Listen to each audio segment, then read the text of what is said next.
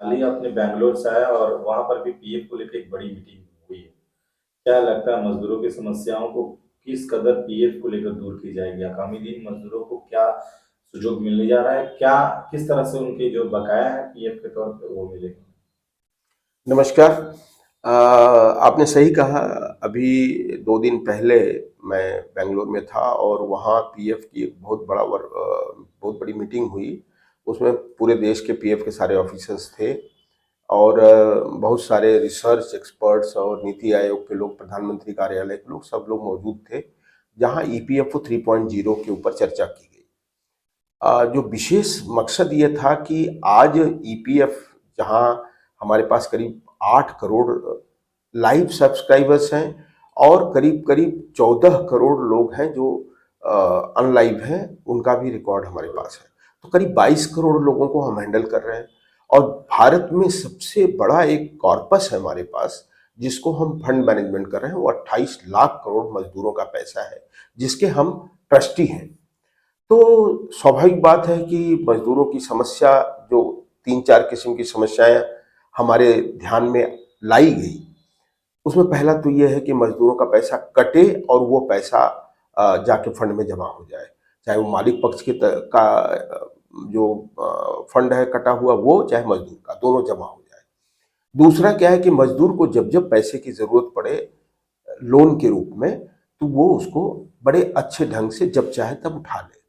दूसरा और तीसरा मुद्दा ये था कि आज जो रेट ऑफ इंटरेस्ट है, वो रेट ऑफ इंटरेस्ट भी थोड़ा ज़्यादा हो जाए, मजदूरों की बचत ज़्यादा हो जाए, लेकिन पैसा भी सुरक्षित रहे। और चौथा ये है कि जो मजदूर फैक्ट्रियों में काम करते हैं, उनको तो मान लीजिए भविष्य निधि का लाभ मिल रहा है, पीएफ का लाभ मिल रहा है, लेकिन जो मजदूर फैक्ट्रियों में नहीं है, ऐसे मजदूरों को भी हम कैसे पीएफ के दायरे में ला सकते हैं। और पांचवा विषय था कि जो मजदूर नहीं है, जो अपना काम करें, जैसे दुकान में कोई काम कर रहा है, कोई रेहड़ी पटरी पर अपना सब्जी बेच रहा है, एक ठेला लगा रहा है, एक पान बेच रहा है, वो भी अगर चाहे तो पीएफ का मेंबर कैसे बन सकता है। तो ये एक बहुत बड़े सब्जेक्ट के ऊपर ये मीटिंग हुई थी। उसमें टीयूसीसी की तरफ से, चूंकि मैं सीबीटी मेंबर हूं, तो स्वाभाविक रूप से 4 सीबीटी मेंबर वहां उपस्थित थे। तो आपने किस तरह का प्रस्ताव को रखा या फिर किस तरह की बातों को? मैंने 4 चीजें उनको कही है कि पीएफ में जो सुधार करने की जरूरत है, वो पहला तो यह है कि जैसे ऐप सिस्टम आजकल चारों तरफ है कि बैंक में आप चाहें तो आप ऐप डाउनलोड कर लें, तो उसमें आप अपना बैंक स्टेटमेंट देख सकते हैं, कितना ब्याज आया वो आप देख सकते हैं, कितना पैसा आपका बाकी है। जैसे हाउसिंग लोन का ऐप अगर आपने डाउनलोड कर लिया, तो आपको पता चलता है कितना आपका प्रीमियम बाकी है, कितना इंटरेस्ट बाकी है, कितना देना है। तो ये सारी जानकारी आ गई। तो हमने कहा सबसे पहले ईपीएफओ का इस तरह का एक ऐप बनना चाहिए, जिसको डाउनलोड करने के बाद भारत का मजदूर कहीं भी रहे दुनिया में, वो अपने पीएफ का अकाउंट देख सकता है कि उसके अकाउंट में कितना पैसा है, कितना ब्याज का पैसा है, इस महीने पैसा जमा हुआ कि नहीं हुआ, किस महीने का जमा नहीं हुआ, अगर उसने क्लेम किया तो उसका लोन कब मिल रहा है, और वो लोन कितना कटा है, कितना बाकी है। ये तमाम जानकारियां ऐप में आनी चाहिए। एक पहला प्रस्ताव मेरा ये था। दूसरा प्रस्ताव हमने कहा कि जो मजदूर हैं उनका तो पैसा कट ही रहा है, जो सरकारी कर्मचारी हैं उनका उनका गवर्नमेंट पीएफ है, तो उसमें भी उनका पैसा कट रहा है। हमने कहा कि पब्लिक को भी, अगर पब्लिक कोई चाहे, कोई आदमी कर्मचारी नहीं हो, जैसे हमने कहा कि असंगठित क्षेत्र के जो लोग हैं, पान ऑटो चलाने वाला, टोटो चलाने वाला, पान बेचने वाला, सब्जी बेचने वाला, वो भी चाहे कि भाई हम भी पीएफ के मेंबर बनना चाहते हैं, तो उसका भी एक ऑप्शन उसमें आ जाना चाहिए। तीसरा विषय हमने ये उठाया कि देखिए साहब, आज आप इन्वेस्ट कर रहे हैं 3 चीजों में। एक तो सरकार के जो बॉन्ड्स हैं उसमें कर रहे हैं, दूसरा जो सरकार की सिक्योरिटीज हैं उसमें आप करें, जिसको आरबीआई आपको भरोसा दिलाता है कि वो पैसा डूबेगा तो हम देंगे।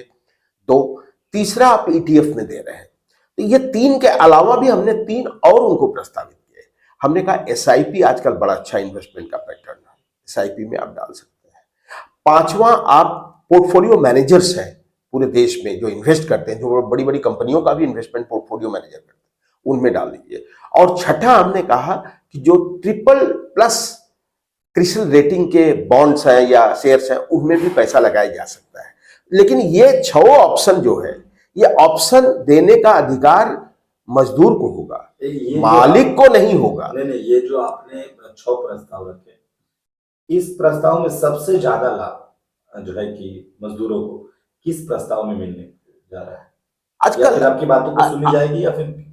देखिए क्या है कि ये एक बहुत बड़ी मंत्रणा हो रही है और ये बड़े स्तर पर मंत्रणा चल रही है, क्योंकि यहाँ के लोगों को पता नहीं होगा, बड़े स्तर पर यह मंत्रणा चल रही है। और ये मंत्रणा का वो भी एक पार्ट है, जब आपने अखबारों में ये पढ़ा कि एटीएम से पैसा विड्रॉ होगा, तो जो लोन लिया जाएगा वो ऐप में हमने ये भी जो अगला सुझाव दिया, हमने कहा कि एटीएम से मजदूर चाहे तो अपना लोन का पैसा निकाल ले, उसकी सूचना मालिक के पास चली जाए और मालिक उसका इंस्टॉलमेंट ऑटोमेटिकली इंस्टॉलमेंट जनरेट हो जाए, इंस्टॉलमेंट से उसका पैसा काट ले, ताकि उसका पीएफ का जो फंड है वो मौजूद भी रहे और उसको पैसा भी मिल जाए टाइम। तो ये जो हम फॉर्म भरेंगे, जमा होगा, बैंक अकाउंट में आएगा, इससे जो है ये बहुत ही इजी हो जाएगा उनको लोन लेना।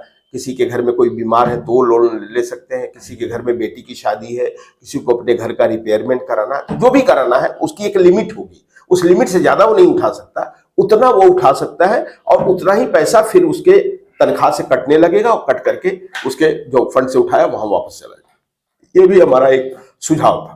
तो बहुत सारी चीजों पर मंत्रणा चल रही है और इस मंत्रणा में वो शामिल हुए जिन्होंने आधार कार्ड भारत में लॉन्च किया। डॉक्टर पवन वर्मा वहां मौजूद थे, जिन्होंने भीम ऐप, यूपीआई, आधार, डिजी लॉकर, डिजी यात्रा, ये सब के वो मास्टर ब्रेन कहे जाते हैं। तो डॉक्टर पवन वर्मा की उपस्थिति में इन सब विषयों पर चर्चा हुई और मुझे लगता है कि अगले 1 साल के अंदर एक ऐतिहासिक मजदूरों के साथ आप कह रहे हैं, मुझे इस बात पे हंसी आ रही है कि आप कह रहे हैं कि ये सब मजदूरों के बारे में सोचेंगे, तो मजदूर सड़कों पर क्या कर रहे हैं महाराज? देखिए सड़क वाला मजदूर कौन हो रहे हैं?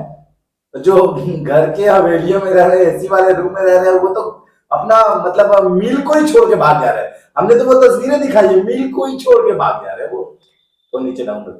देखिए क्या है कि बड़े लोगों की बात तो हम नहीं कर रहे हैं, अभी तो मजदूरों की चर्चा कर रहे हैं। और मजदूर से विषय मतलब मजदूर के बारे में अगर इतना सोच लिया जाए, आपकी बातों को मान लिया जाए, तो मजदूर तो मजबूर होंगे नहीं, सबसे बड़ी बात। देखिए हम नैतिक रूप से मजदूरों के प्रति हमारा उत्तरदायित्व है।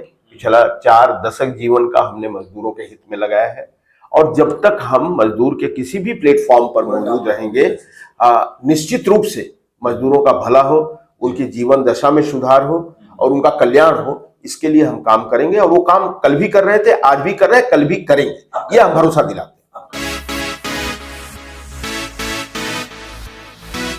নামি দামি কোম্পানির পাদুকার একমাত্র এবং সেরা সম্ভার, নজরকাড়া ডিজাইন ও সঠিক দাম মানে কাঁচরাপাড়ার ভারত লেদার।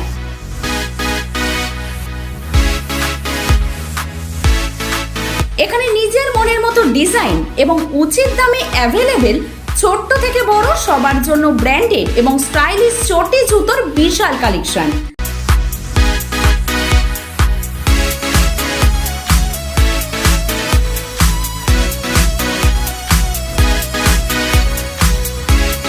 আজই আসুন নিউ ভারত লেদার, নজরকাড়া ডিজাইন, সঠিক দাম, স্টেশন রোড, কাঁচরাপাড়া।